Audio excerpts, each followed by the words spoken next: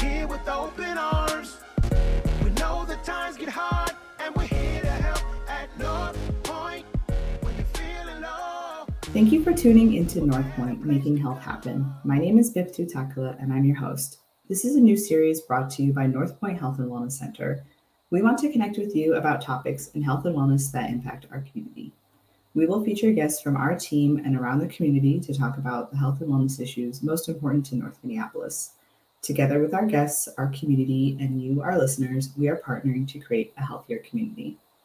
Today, we are joined by Dr. Janna Carlson. Dr. Carlson is a family medicine doctor and has been at NorthPoint for 35 years. She practices adult medicine and also provides pregnancy care, diabetes care, hypertension care, and general adult primary care. And Dr. Carlson is joining us today to talk about health screenings. So welcome, Dr. Carlson. Thank you. Thank you for having me here. Absolutely. So we are talking about health screenings today, and we have some questions that we would love for you to answer. So Sure. We'll just dive right in. Yeah. First, tell us in general, what are screenings or what we call health screenings? Sure. So health screenings are medical tests that your healthcare provider would use to be checking for disease or health conditions. And typically this is something that basically to qualify as a health screening, it's something that would be done before you would have any signs or symptoms of a particular condition. So those could be things like a simple question. Somebody might question your smoking history, or it could be a questionnaire, a series of questions you might fill out on a piece of paper. Or they could be blood tests, or they could be procedures. Health screenings are not necessarily diagnostic of a particular condition, but it might, depending on results, it might give your healthcare provider things to talk about further. Certainly, often, maybe further testing would be indicated depending on results. And tell us, why are screenings important for our health? Well, they typically are used to detect very common conditions that can certainly have an impact on our health. There are cancer screenings, there are hearing and vision screenings, there are screenings for depression. So there are just really a number of screenings. Every preventative care visit, or for that matter, most visits you make to your provider, you'll have some sort of screening done, even if it's just that person checking your blood pressure at the time of your visit. Right. And you've started to answer this a little bit, but how would one know when to get a screening? Well, it's sometimes just so much a part of a normal visit that we don't realize it might be a screening. For instance, we mentioned getting your blood pressure checked. Typically, a smoking history is taken with most visits, but really people from newborns on to the very elderly are going to have some level of screening with many of their visits. We do newborn hearing screens, and they get blood tests before they even leave the hospital. And then even our elderly patients who are maybe not getting cancer screenings, we will screen them, do their blood pressure. We'll screen them for fall history and things like that. So all of those are considered screenings, and they, depending on what's going on, they'll lead us to perhaps do other testing or make other suggestions, sometimes medications, and so on. Thank you. And can you clarify whether or not screenings actually prevent disease? Some screenings can prevent disease, and some screenings can detect disease. So as far as prevention, we might be looking at something like checking blood pressure, we might get things that are like a high normal blood pressure, and then we'd want to address ways to lower blood pressure with the patient before they actually develop hypertension.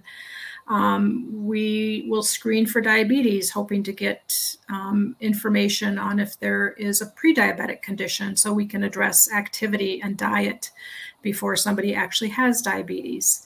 Colorectal cancer, our hope is to screen and detect things before they actually become a cancer. That's true of Pap smears and cervical cancer screening as well. We hope to find things before they become a more serious condition. Yes. Great, thank you.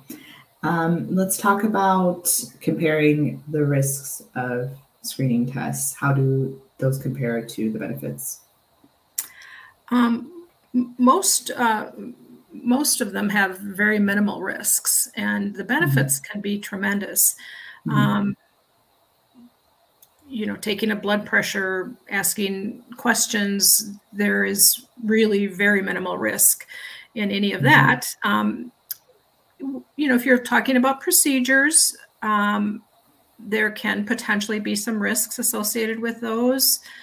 Sometimes medication is given. Sometimes if it's a you know, procedure which might have a risk of bleeding or infection, those would be discussed with you prior to doing those procedures. But you know, there can be a variety of risks, but by definition, if it's considered a screening, it really has a very low risk with hopefully a much higher benefit. Thank you. Let's talk about screenings for adults. So you'd mentioned some previously, but what is recommended for adults? Well, I think there actually are quite a few in the broad sense. You know, you'll get a blood pressure check whenever you go to the doctor.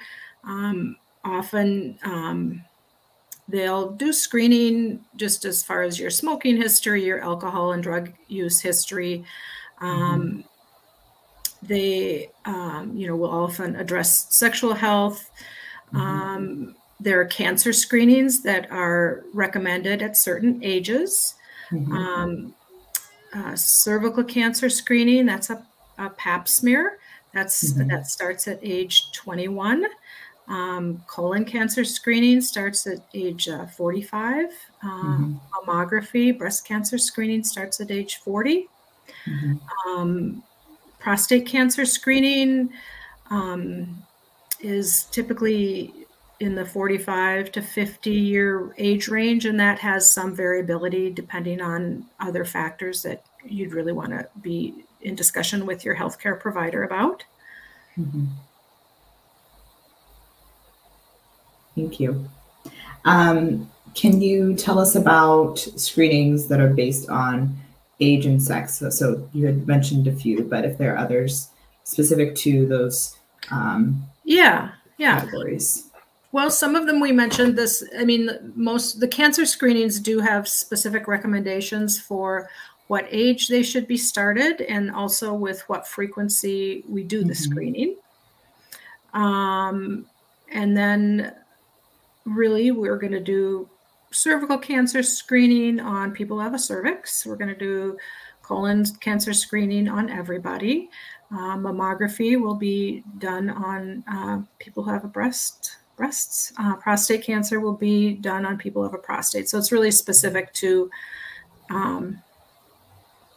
the people that have those particular organs, whereas hearing, vision, depression, diabetes, dental screenings, cholesterol screenings, alcohol use, sexual health, all of those screenings are going to typically be done on everybody. Great, thank you. So this might seem like a general question, but what happens during a screening?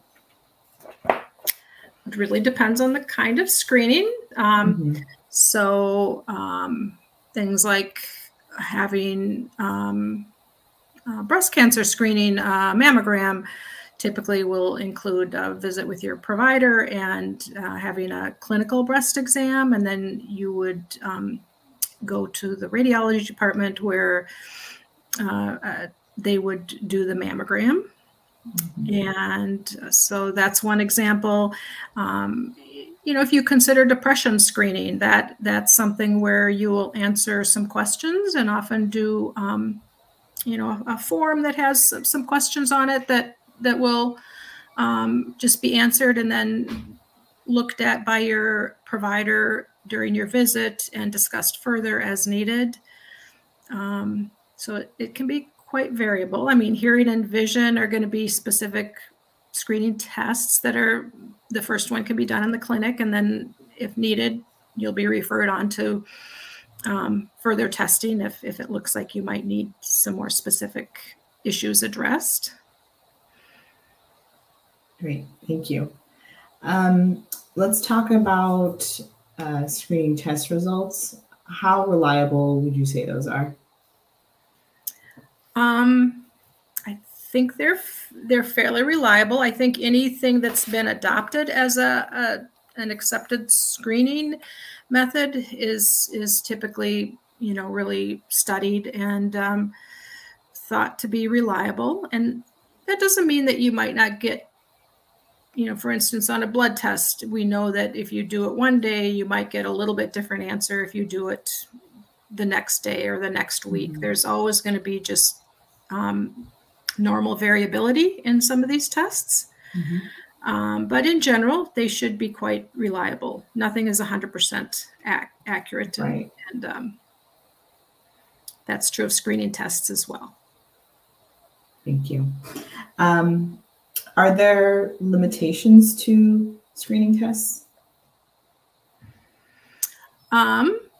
Well, the screening test results, the limitations are that, like we said, they're often not actually diagnostic. They will mm-hmm. often tell you that, we really need to do some additional testing.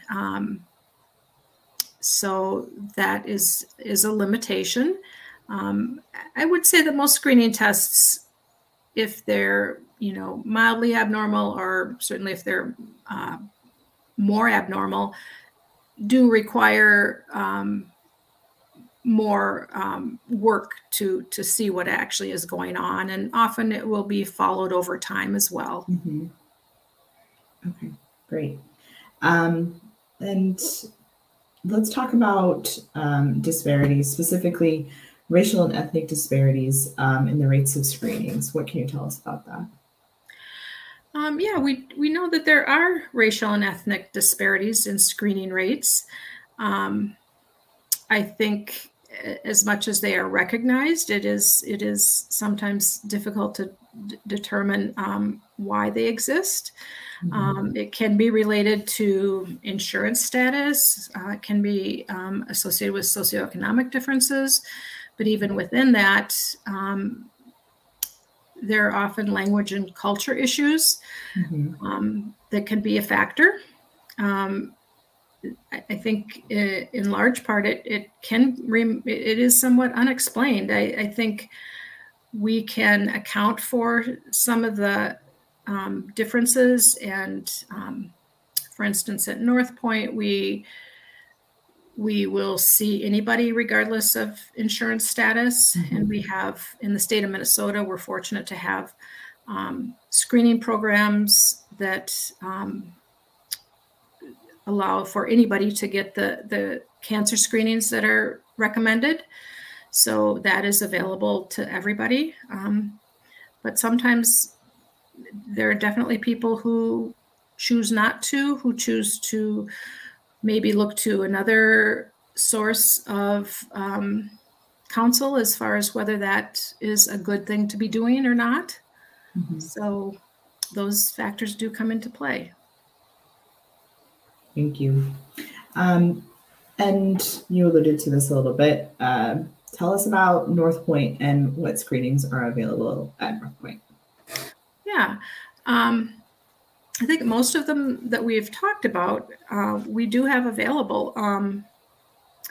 We do mini screenings in infancy and childhood, and I'm sure you'll have a chance to talk about that in the upcoming programming. There are,